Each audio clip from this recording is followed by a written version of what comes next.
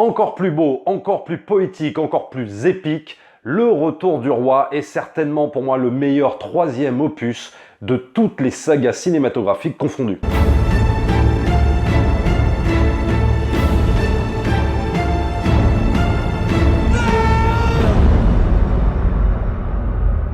Bonjour à tous et bienvenue dans cette nouvelle vidéo et aujourd'hui donc Le Retour du Roi, sorti en 2003 et toujours réalisé par Peter Jackson, et donc ça me permet de clôturer ma série de vidéos sur Le Seigneur des Anneaux. Et comme je disais en intro, il est vrai que pour moi j'ai eu beau chercher, je n'ai pas trouvé de saga cinématographique avec un troisième opus encore meilleur que les deux autres. Pourtant on a eu Le Parrain, on a eu Retour vers le futur, on a eu, je sais pas, la trilogie The Dark Knight, on a eu Star Wars même. Alors peut-être exception faite, peut-être de la prélogie avec La Revanche des Sith, où le troisième épisode est mieux que les deux autres, mais peut-être c'est le seul exemple qu'on pourrait prendre. Parce que sinon, pour moi, Le Retour du Roi est clairement le troisième opus, encore mieux que les deux premiers. Pourtant le niveau était ici quoi, mais là on va encore plus loin, on va encore plus fort. Alors je sais que beaucoup d'entre vous me diront qu'avec le recul ils préfèrent peut-être La Communauté de l'Anneau ou voir Les Deux Tours, mais moi j'ai beau revoir les trois films inlassablement, pour moi c'est Le Retour du Roi qui remporte la palme du meilleur opus du Seigneur des Anneaux quoi. Et je me suis toujours posé la question, comment ça se fait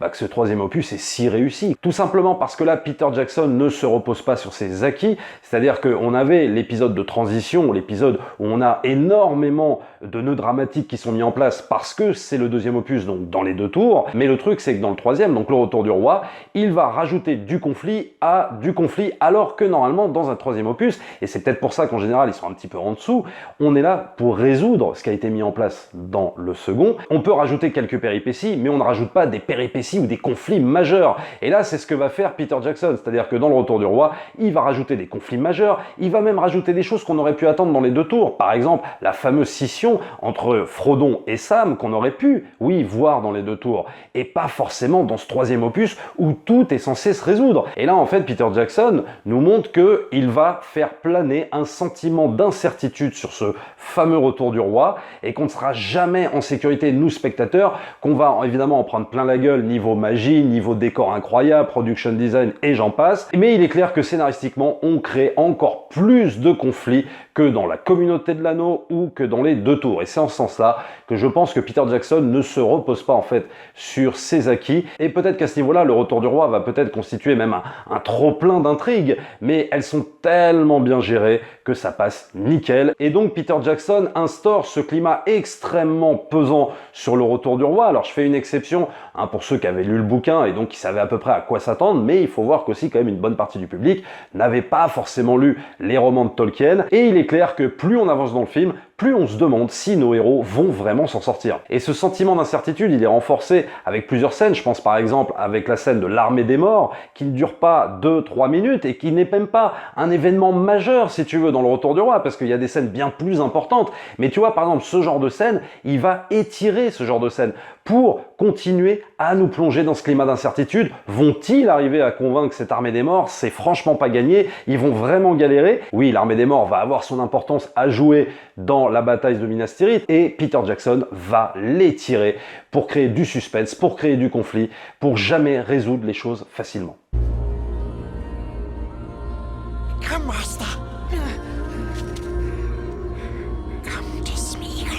Alors parmi les scènes que j'adore, évidemment, il y a les origines de Gollum, où on passe de Sméagol à Gollum, dans une séquence digne d'un véritable film d'horreur. Et Peter Jackson, malin comme il est, il devait normalement mettre cette scène d'origine de Gollum dans Les Deux Tours, mais il va se la garder pour Le Retour du Roi. Comme on dit, on garde les meilleures choses pour la fin. Alors une scène magnifique qui n'apparaissait pas évidemment dans la version cinéma, mais uniquement dans la version longue, et là pour le coup, c'est pas la scène gratos qu'on a rajoutée histoire de faire plaisir, une véritable scène, c'est la mort de Saruman du haut de sa tour. Scène est magistralement bien filmée. Duel à distance entre Gandalf et Saruman. Grima qui va poignarder Saruman. Saruman qu'on va suivre en travelling avant hyper rapide dans sa chute. Et il va finir par s'empaler sur la roue. Donc tout ça constitue une énorme scène avec un Christopher Lee qui nous avait manqué pendant un an. Et du coup, quand on voit la version cinéma, on a une frustration parce qu'on ne voit plus Saruman. Il a annoncé comme mort dès le départ et voilà, et merci, au revoir quoi. Alors que là, on a vraiment cette réintroduction encore dans la version longue de Saruman et c'est toujours un réel plaisir de voir Christopher Lee dans ses grandes œuvres. It is time. Give him the sword of the king. born to be. Et grâce à certaines scènes, le retour du roi rentre dans ce genre de chef-d'œuvre, de blockbuster qu'on voit que trop rarement, qui va mêler l'intime à l'épique. Et je pense par exemple à la scène d'Arwen et d'Elrond qui ont une vision du futur enfant d'Arwen, scène sublimée par les chœurs de la BO d'Howard Shore qui va encore plus se dépasser, qui va encore plus donner par rapport à la communauté de l'anneau et les deux tours.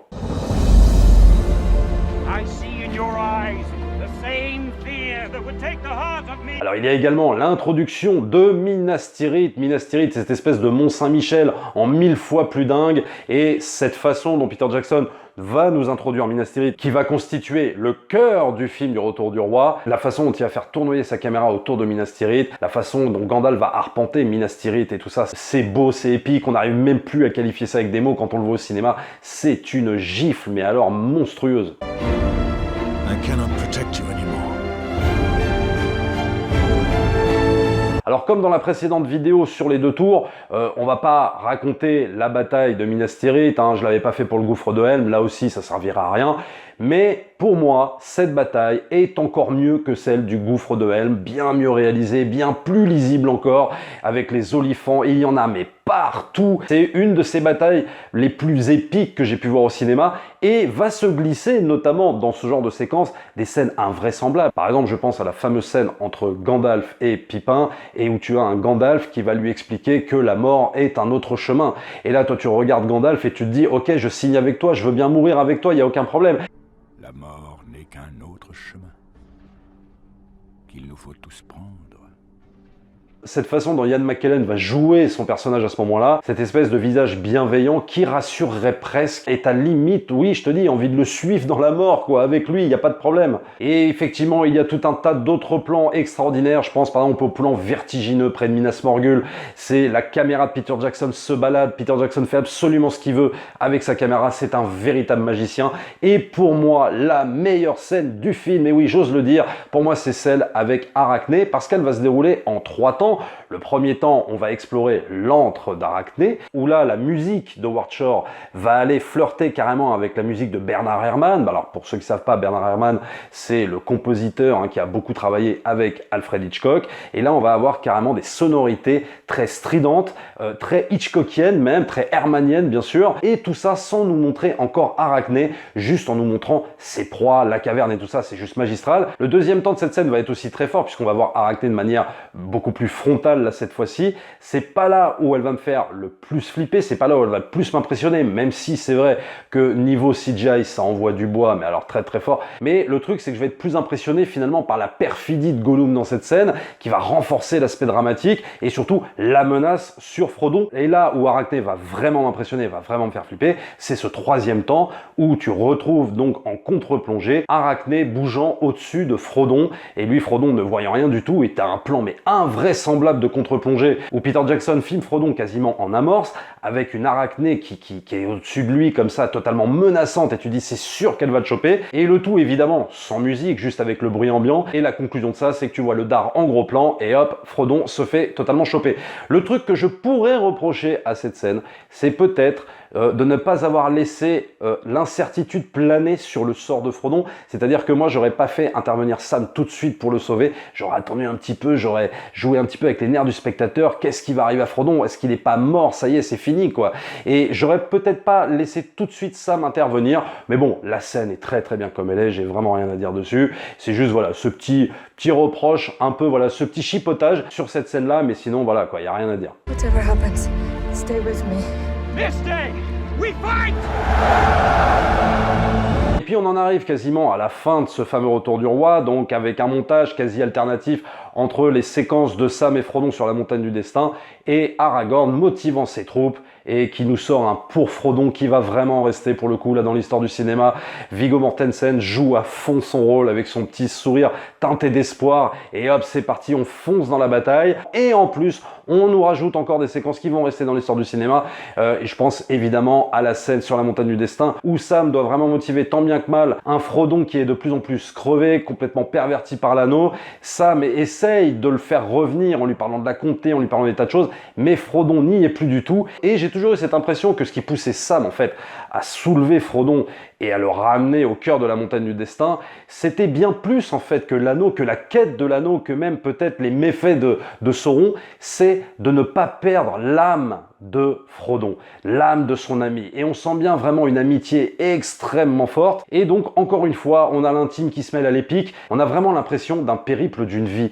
Et Peter Jackson nous le fait vivre totalement. On est crevé physiquement, comme eux, comme les personnages, comme Sam et Frodon. C'est juste magistral cette interaction de ce cinéaste qui arrive à nous faire ressentir presque de la fatigue physique. Et tu sens vraiment que dans cette séquence, Peter Jackson, là, il y a mis tout son cœur, il a mis tout son cœur dans cette trilogie. We cannot achieve victory through strength of arms. Not for ourselves. But we can give Frodo a chance. Et comme si ça ne suffisait pas, Peter Jackson joue encore avec tonnerre puisqu'il va faire durer cette séquence de Frodon qui est censé jeter l'anneau et qui ne va pas le jeter tout de suite, qui va dire non, je le garde. Et là, on a l'impression d'un Peter Jackson qui rigole derrière sa caméra et qui nous dit en gros, ouais, vous êtes allé voir 3 films du Seigneur des Anneaux et tout ça pour que finalement il le garde. Donc cette façon d'arriver à jouer encore avec tonnerre en rallongeant encore l'incertitude, le suspense, c'est encore évidemment magistral. Alors la chose qui a fait beaucoup polémiquer à l'époque et peut-être qui fait encore des polémiques, c'est ces fameux épilogues qui durent en fin de film. Moi, j'ai jamais trop compris ce genre de polémique puisque j'ai toujours apprécié justement, et pour la simple et bonne raison que on est comme les héros, on a besoin de digérer un peu ce qui s'est passé, on a besoin nous-mêmes en tant que spectateurs de souffler, et je pense que tu ne peux pas terminer une saga de cette ampleur avec tout ce que tu as vécu et la terminer en 5 minutes quoi, avec juste un épilogue et merci au revoir quoi. On doit conclure cette saga de manière riche comme il le fait dans le film. Il faut que l'arc narratif d'Aragorn soit conclu, il faut voir aussi Frodon partir, etc., etc. Et tout ça doit se faire dans une certaine douceur. Et c'est ce qu'apportent, à mon sens, ces fameux épilogues. Et à la fin, on a évidemment le plan final qui rappelle la première ligne du livre The Hobbit. Au fond d'un trou vivait un Hobbit. Et ça me ramène à la fameuse question, est-ce que je ferai les 3 Hobbits en vidéo? Eh ben les amis, je n'en sais rien encore. Il est clair que là, par rapport au Hobbit, le cœur n'y était plus pour Peter Jackson. Il n'était même pas question qu'il le réalise puisque c'était Guillermo del Toro.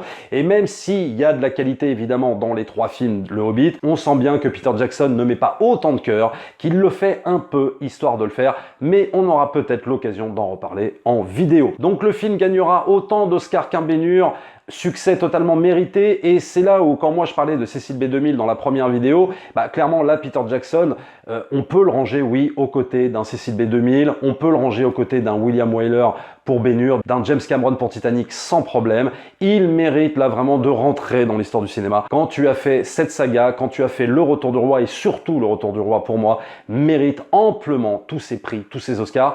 Et à ma connaissance, c'est le dernier film typiquement hollywoodien, en tout cas le gros blockbuster hollywoodien, qui a été autant récompensé. Est-ce qu'on verra un tel blockbuster récompensé comme ça dans les prochaines années? Je l'espère vivement. Abonnez-vous à la chaîne, likez, partagez bien sûr. N'hésitez pas aussi à vous rendre sur le lien Utip pour soutenir la chaîne. Et nous, on se retrouve très vite pour une prochaine vidéo. Ciao!